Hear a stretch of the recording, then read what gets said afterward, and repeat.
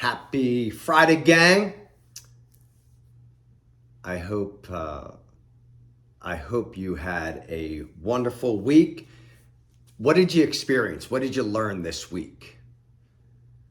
It's always cool to look back and go, I do this on a daily basis. What did I experience this week or this day? Good, bad. What did I learn? What are the lessons? Because the quality of our lives and businesses are always in direct proportion to the questions we ask ourselves. So remember that. So let's get into a quick real estate update. And the words that I will describe is it depends. Is the market good? It depends. Should I buy? It depends. Should I sell? It depends. And this is where more than ever that we really need to, whether you're looking to buy, sell, invest, we really need to know someone in that market that we can trust. And I had a very unique experience getting a call or getting a referral from an old client and friend who was telling me about this gentleman who has his I think it was listed at $1.3 million home listed. And with what I do, I was able to tell this, and I would tell anybody this, that my network, I vetted everyone, and they're only the best of the best. So I'm not here to sell you anything. I don't go through interviews. I want your business. I don't need it, nor do the network of mortgage and real estate professionals that I surround myself with.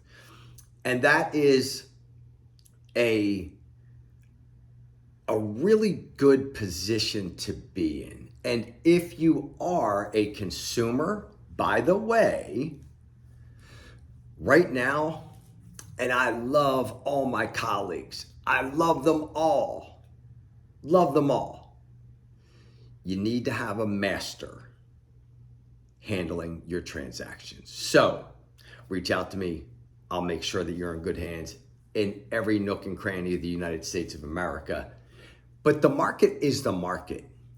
And nobody has a crystal ball. So we're hearing like, hey, buy the house, date the house, not the rate. Well, again, it depends. Depends on your personal situation. And really diagnosing what's best for you at this time. And this is where someone that doesn't need the business will say, hey, to be honest with you, which they always will be, in your situation, it's better to wait 3 months, 6 months, a year, see what happens. It's not always the right thing to buy and sell. And again, I pull the curtain back on our industry.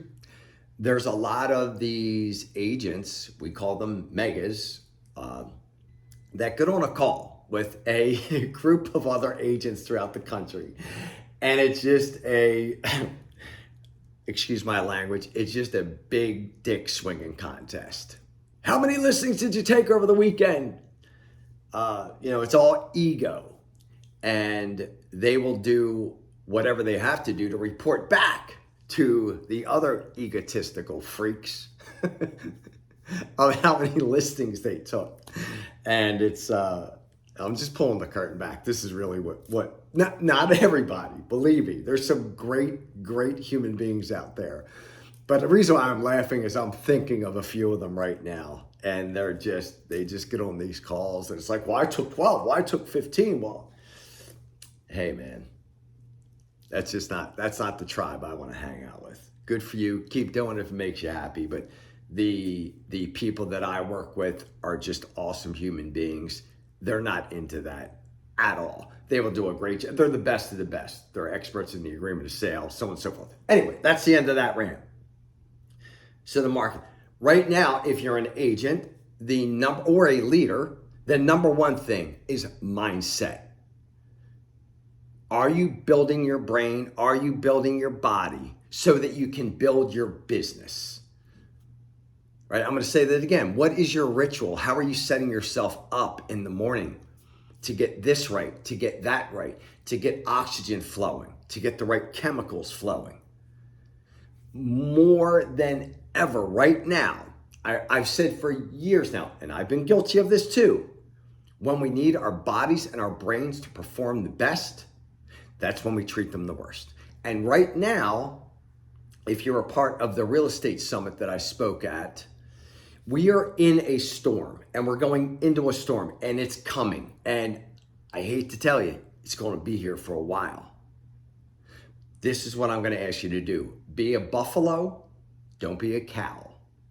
What cows do is they try to run away from the storm, and they run slow. And what ends up happening is the storm catches up to them, and the cows stay in the storm. The buffalo charges the storm. And what happens is it's in the storm for a very short time. So the folks that I work with, they're all buffaloes, man. They're charging the storm. And you can't charge the storm if you don't have the right mindset. And if your body is falling apart and you're in pain or you're not moving, right? So make sure that this is right. All right, part of that too. Here's some highlights from this week. Make sure, whether you're in the real estate world or not, this doesn't matter. Make sure that you are hanging out with people that not only withdraw from you, but they're making deposits. And this is what I'm going to ask you to do.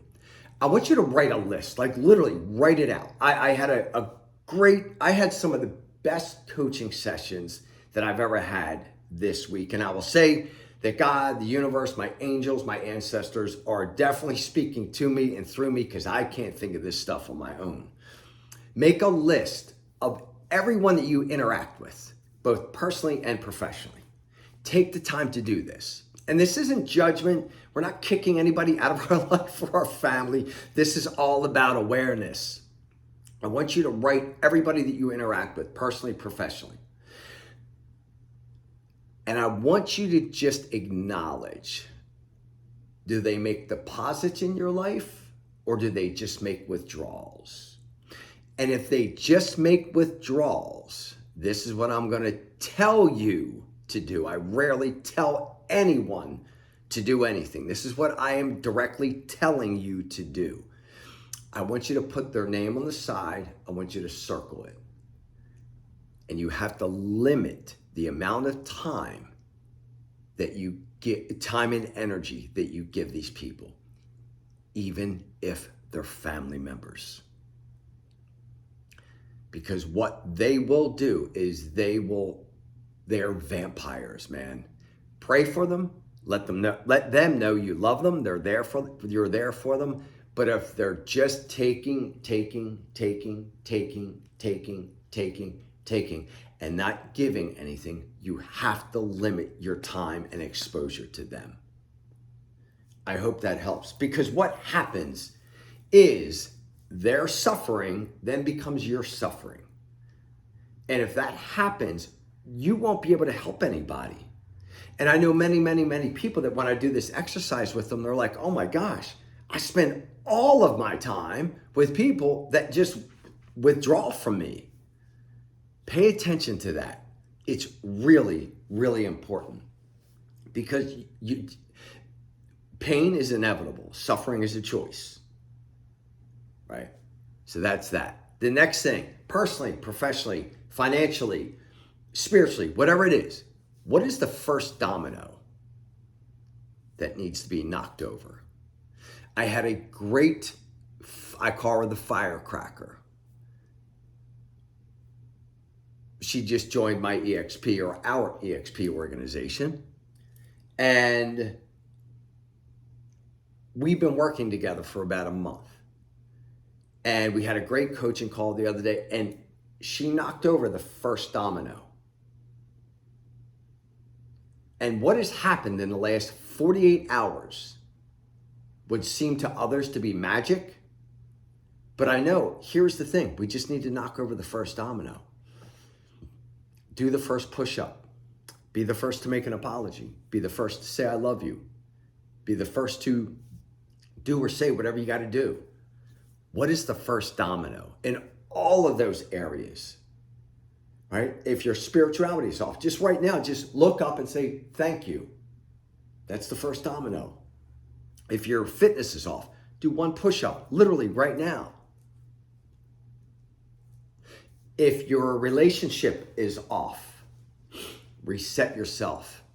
Ask yourself, what can I give to this person today? What can I give them? And maybe it's just your smile. Maybe it's an apology. Maybe it's amends. Maybe it's flowers. Maybe it's a back rub. The first domino. And I'm gonna finish up this with a tribute to just number one, a wonderful human being. His name is, and I say that is, even though he passed away a couple of days ago, Rick Jiha. And I haven't spoken to Rick in a couple of years, and I actually saw him at an event, and he was around people, and I didn't want to interrupt him, although we had this like just real cool relationship over the years. And you know, he's one of those guys that when you meet him, you instantly feel his authenticity, his realness. I know there were times we cried together, and we weren't best buds, man, but we were kindred spirits from the get-go. And Rick passed away on Wednesday. His wonderful, beautiful wife, Casey, that in a real tough time in my life reached out. And I remember the poem she sent me, or the saying, and it was, I wish you were enough. And it was just like, it hits me hard to think of, like, she just wished me enough of everything. And it was beautiful. And that's the kind of couple they are. And the message that, the feeling that hit me when I first saw something, I was like, no way. Like, there's no way Rick passed away. He's one of those guys that you would never think, like, he should never die, which, by the way, I learned this from Tony Robbins. The reason why death hurts so bad is, number one,